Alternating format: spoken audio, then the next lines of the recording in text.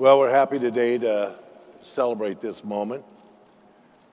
We have known Jeff for a long time. Obviously, the NBA community is small. Had close relationships with him in the late 90s, and wondered as he retired when he was going to come back to coaching, which he did about 6, 7 years ago. He was a shooting coach prior to that, and we watched the development of players in Utah, and admired that he was interested to come back to the game. He fit the profile of a lot of the guys that we like to feature in our teams back in the 90s and the 2000s. So I always admired his skill and his basketball knowledge on the floor.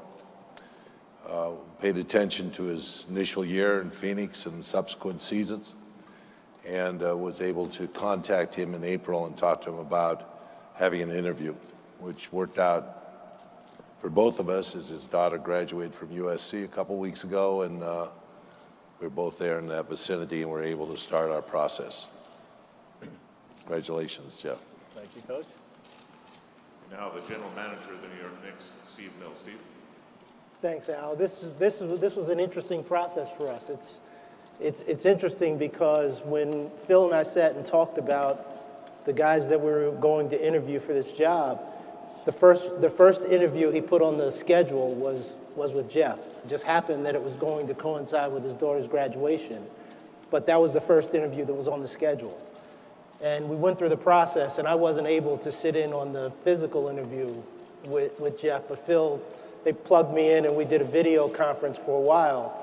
And later that evening, Phil called me up and said, Steve, I think this is our guy. And I said, okay, let's get him back into New York and let's have a sort of a face-to-face where we can really sit down and talk a little bit longer. And that's where it ended up. And after spending time with Jeff and knowing him in passing, I think this is a great opportunity for the Knicks. We look forward to having him coach our team. And now sitting under the banner of Red Holtzman's 613 wins, Jeff Hornacek. Jeff. Thanks, Al. First of all, thanks, Coach. Thanks, Steve, for bringing me in here. I'm excited, honored to be coach of this great franchise. I come in here, you look at the great players that are up on the banners from all the years, and from the time that I was playing, it was always a special feeling coming here to New York to play. There was actually one time I thought I was going to get traded from the Sixers to the Knicks. The great writer Phil Jasner had called me at midnight one night and said, "You were traded to the Knicks." I'm like, well, I haven't gotten a call yet. So I thought I was going to be here as a player, but I'm really excited to be here, and my family's excited to be here to coach the Knicks and go through this process of getting them back to, I think, where all the Knicks fans want us to be, and I think it's going to be an exciting ride. So, again, I'm very appreciative of the offer. I think we got a great mix of players. We got some veterans, got some young players, and as a coach, that's what you're looking for, that balance. So we're excited to get this going. Now, guys, you know the drill. We'd like to hear your questions and answers. Please raise your hand, state your name, your affiliation, and wait for the microphone to come to you. Questions? Brian Mahoney for the Associated Press. Phil, when you said after the season you would probably hire someone you knew personally, we took it to mean someone who would, played under you or coached under you. There are so many of those kind of players. What was it about Jeff that made you, go outside that circle and look to him? Knowing him as a competitor and as a player and as a coach, the demeanor, things I like about Jeff, he's a person that you can relate to. And when I first made the call, he took the call from a hospital room where his mother-in-law was rehabbing from a knee. And it's one of those things that, was just right off the bat, a communication level that went on forward from there. So that comfort zone was possible, and I think the basketball knowledge that he has and the familiarity he has with playing basketball are things that attracted us together. Mark from New York Post. Phil and Jeff, what kind of offense Do you think you guys are going to run? What kind of system? Is this triangle part of it or not? That's a surprising question. It's second. I thought it would be first. I mean, it's really a long ways off. I'm glad you got it out, Mark, right off the bat. It's very important. So Jeff was like, is this basketball? And I said, well, I guess so. He said, well, I think we played basketball over the years. It's incorporated in that system of basketball, no matter where you're at.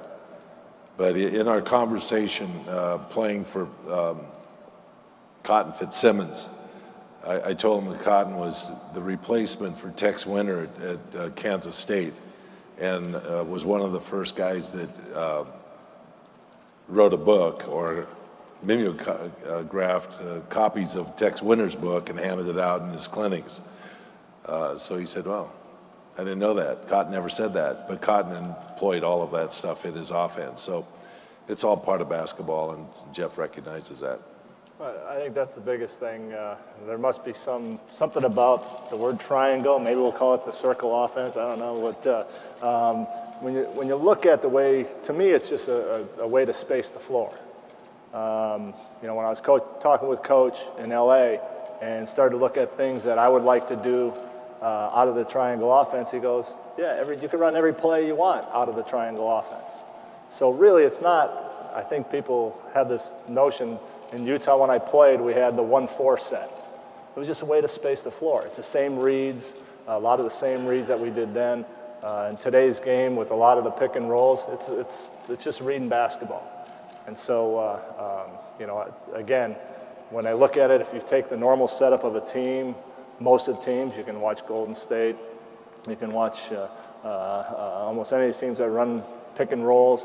The spacing, if you just moved one guy 6 feet to the side and one guy 6 feet down, you're in the same exact alignment. So again, it's something that we can run a lot of plays out of. It'll be a part of our offense, and it's something that has worked. You know, it's won championships, and I guess when I went to interview with Phil, and we were talking about, I said, man, New York, what better place to coach in New York? And of course, if you can't beat them, join them. You know, so we lost twice to his teams when he was coaching the Bulls. So you know, it's a good set for the court, and you can run a lot of things out of it. Ian Begley, ESPN.com. I guess just also along those lines. Did you identify yourself? I did. I missed it. It was quick. Ian Begley, There you go. ESPN. Thank you, Ian. No problem. All right. Jeff, kind of along those lines, I think people look at the numbers of your son's teams and some of the statistics, and they see kind of a difference from what the Knicks produced stat-wise the last couple of years, in particular, you know, pace, and as you mentioned, pick and roll opportunities. Do you anticipate being able to bring some of those elements of that son's offense here? Well, absolutely. You know, there's the team we had kind of really was designed with the players we have to be up and down. We weren't in a position, I thought, with that group of guys being young to really have to be able to grind it out in the half-court situation. So it lent to that team. You know, we'll look at our players here. We'd like to find a nice blend of up and down basketball, and then when you do get in the half-court, you can really execute and run things and get into things maybe a little bit quicker. But you know, it's not going to reverse from one way all the way to another way. It's a good combination, I believe, will help us win. Anybody else? Hi, Howard Magdal, USA Today. Coach, I'm just curious what specifically you took from both the early Suns team you had that succeeded perhaps beyond expectations, and also just some of the later teams and that they sort of failed to live up to that. Just specifically into this job now. Yeah, the NBA is a crazy business. For one year, everything might go right. Another year, everything might go wrong. There's a lot of circumstances that happen with a lot of teams. Could be injuries, could be trades, could be team chemistry, whatever it is. So you just you take all that stuff in. You see what works, what didn't, and take it to the next place. And I feel like I can do that here with the Knicks. Christian Winfield, about.com. Coach, Do you feel that the team, as currently constructed, can compete for a playoff spot, or do you feel that it's missing something that needs to be added this summer? Well, unless you win the championship, you're always looking to improve. And so I believe that these guys will do stuff to improve the team. But we have a lot of good pieces on this roster. You know, I think it's always a goal to get in the playoffs. You know, it's been a couple of years, but you know, I anticipate when we go into the season, that's going to be the goal for our team, to get back in the playoffs. Otis Livingston, WCBS TV. Welcome to New York. Thank you. As you look at the roster right now, what is it that excites you the most? Well, you're always, you know, you have a superstar on the team in Carmelo. You know, you got I thought he was only 7'1", but these guys tell me he's actually 7'3", young guy. And Kristaps that you know is going to be able to do a lot of things as he moves forward in his career. He's got inside game, he's got outside game. At 7'3", you know, how's somebody going to guard him? Defensively, he can help block shots and be a presence inside. So, you know, those two you know, really good pieces there. And then you have all the other role players that are going to fill their little niche on the team. And you know, it's got a good balance of vets, got some young guys. So, you know, that's what you're looking for.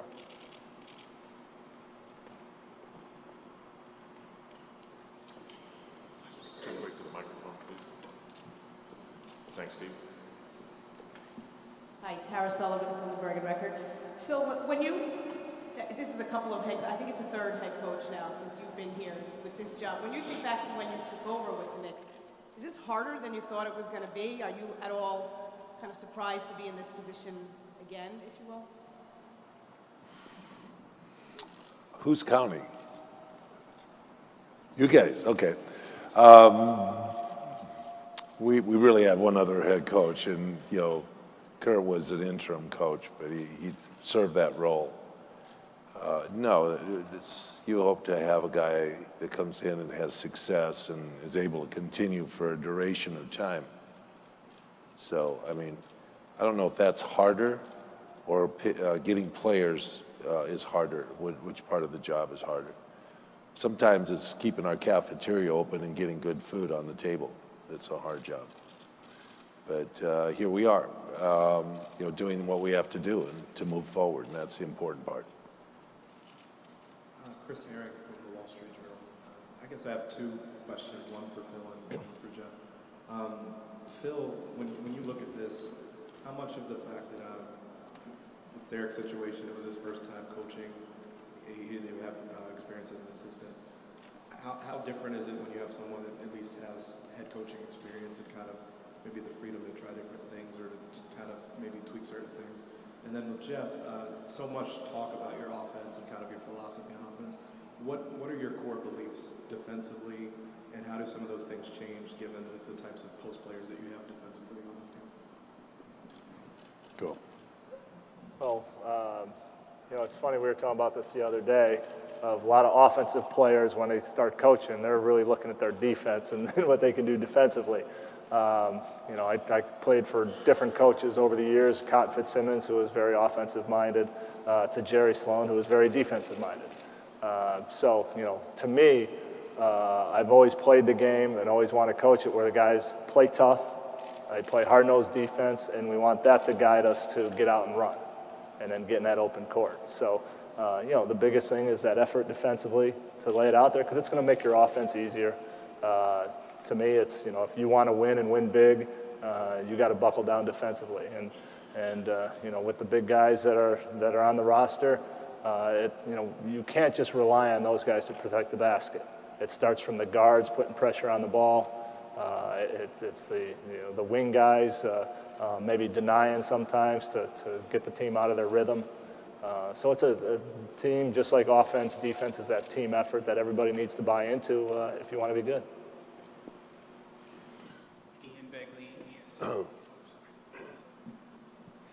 All right, Ian.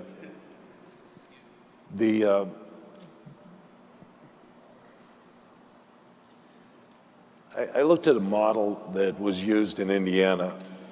Larry Bird was hired, and he hired some substantial assistants that came along with him. Carlisle, Dick Harder, defense and offensive coordinators. And that was a model I thought was appropriate to have with Derek coming in and learning how to coach and having guys that had coached, head coaching experience, and Jim Clemens and Kurt Rambis, et cetera. This is entirely different. This is a coach that knows how to run practices and, you know, has had that experience and is reflective about his past and has experience in a variety of systems. So, you know, that's a different model, obviously, than what we're doing. A team that was featured here 2 years ago, although they had come from a rather, 3 years ago, a decent year 4 seasons ago where they did win 50 games, you know, had a collection of older players, veteran players, you know, that went from Tyson Chandler, you know, JR, Iman, et cetera, Stoudemire, Carmelo, et cetera. You know, we've started all over again. We've cleaned our roster, we've garnered money and space, and we've changed the context of what this team is.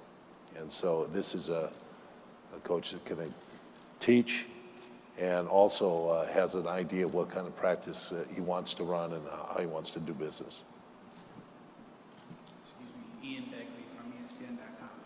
Phil and Steve, how strongly was Kurt considered for this full-time position? And just a follow-up for Jeff, do you know if Kurt will be on your staff?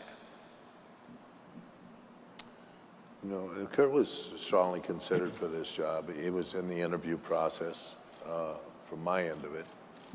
Steve? Yeah, from when Phil and I talked about candidates, Kurt was in the list of guys that we talked about, and Phil wanted to make sure that he gave Kurt every opportunity to have an open conversation of what he would do with this job for in the long haul. And ultimately, you know, Phil made the decision, or we made the decision that we did, but Kurt was given every opportunity, and he deserved to be given that opportunity. And as far as Kurt, I thank these guys. After they hired me, we had a 30th wedding anniversary trip planned. So they said, I know how important family is. Go on your trip, and we'll do all this when you get back. So, you know, we're still looking at how we're going to have the coaching staff set up. We've talked about some certain things, and I've talked to Kurt a little bit already. I want to talk to him more in the coming week here. And you know, Kurt and I played together in Phoenix. I know Kurt pretty well, so we'll continue to talk, and if it works out, you know, we'll figure it out then.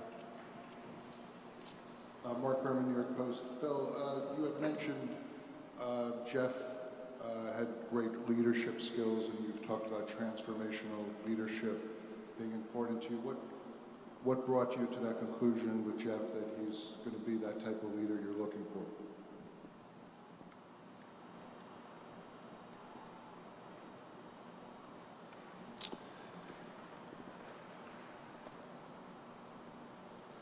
I think we had a 6-hour conversation, and you know, I think we discussed a lot of the aspects of the philosophy and dealing with players, management, accumulation of talent, teaching, coaching young players, millennials, children, family, and trip to Cuba.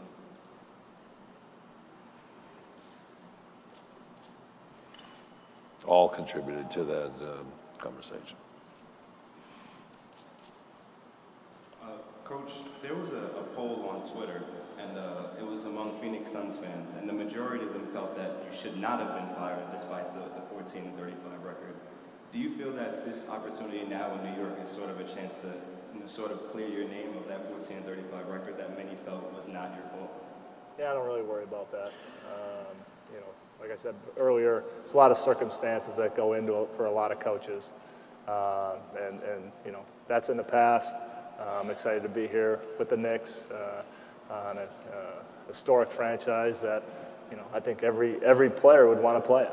You know, I grew up in a suburb of Chicago, and when you think of sports towns, what do you think of? I think of Chicago, I think of Boston, New York, maybe Philly.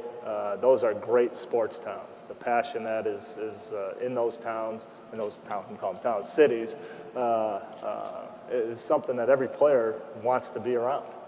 And my hope is now that I'm here, that we can get some of those players to come in here.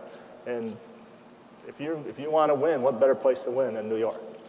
And so to me, it's a great opportunity, and the excitement level is just, I know we can do great things. So we move forward and go on. Jeff, when Phil reached out to you to talk about this job, were you surprised at all, again, given kind of the amount of people he's coached and worked with, when this became an opportunity? Was it something that kind of you were thinking was possible at all, this job? Yeah, I really didn't think it was. And when my agents called and said, Phil's going to call you, I was like, really? So I was pretty surprised. And he had called a while back before, I think maybe you talked to other guys, and it just worked out in schedules. We were going to meet the day we did, and like Coach said, we had played against each other. I think probably the only words I ever said to him, congratulations on the championship again, when they beat us the 2 times. So I really didn't ever talk to him a lot prior to that. So going into the meeting, I'm going, okay, this will probably be an hour or 2, I'll talk to him. And like I said, it was almost 6 hours we talked. Jumped on the plane to come out here in New York. We talked for 6 more hours. Then over the next 2 days, another 6 or 8 hours. And I said, I'm not sure I've talked that much in my life. So it was very easy to talk basketball, talk philosophy, and there was getting to meet Steve and talking to him that day when I got here. It just seemed like it fit for me, and I was hoping that it fit for them, so they'd give me that opportunity. And so I think it's going to be a great collaboration between all of us to get this team back going. Justin Walters, 5 News. You mentioned your early conversations with Kirk Rambis. Have you spoken with any of the players, or you met them in person, Carmelo, Porzingis, and what were those conversations like? Yeah, well, Carmelo I saw when I came in for the interview, talked to him a little bit. Again, all these guys, now that I'm here and have the job officially, I like to meet with all of them and talk to them, and before they come back here if they're in their cities. Kristaps, just through text messages, talked to him. He wanted to make sure that I knew that he was working hard, and these guys, guys love to play basketball. And so I think when a new opportunity comes for them, it's almost like a new beginning. They'll be excited to play, and again, from the talks I've had with them already, they're looking forward to the beginning of the season already.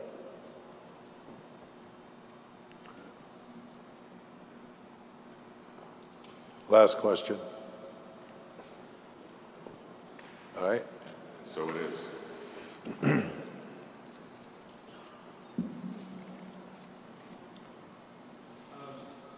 guess this one is for Jeff, and since it's the last one, I'm going to try to steal 2 of them.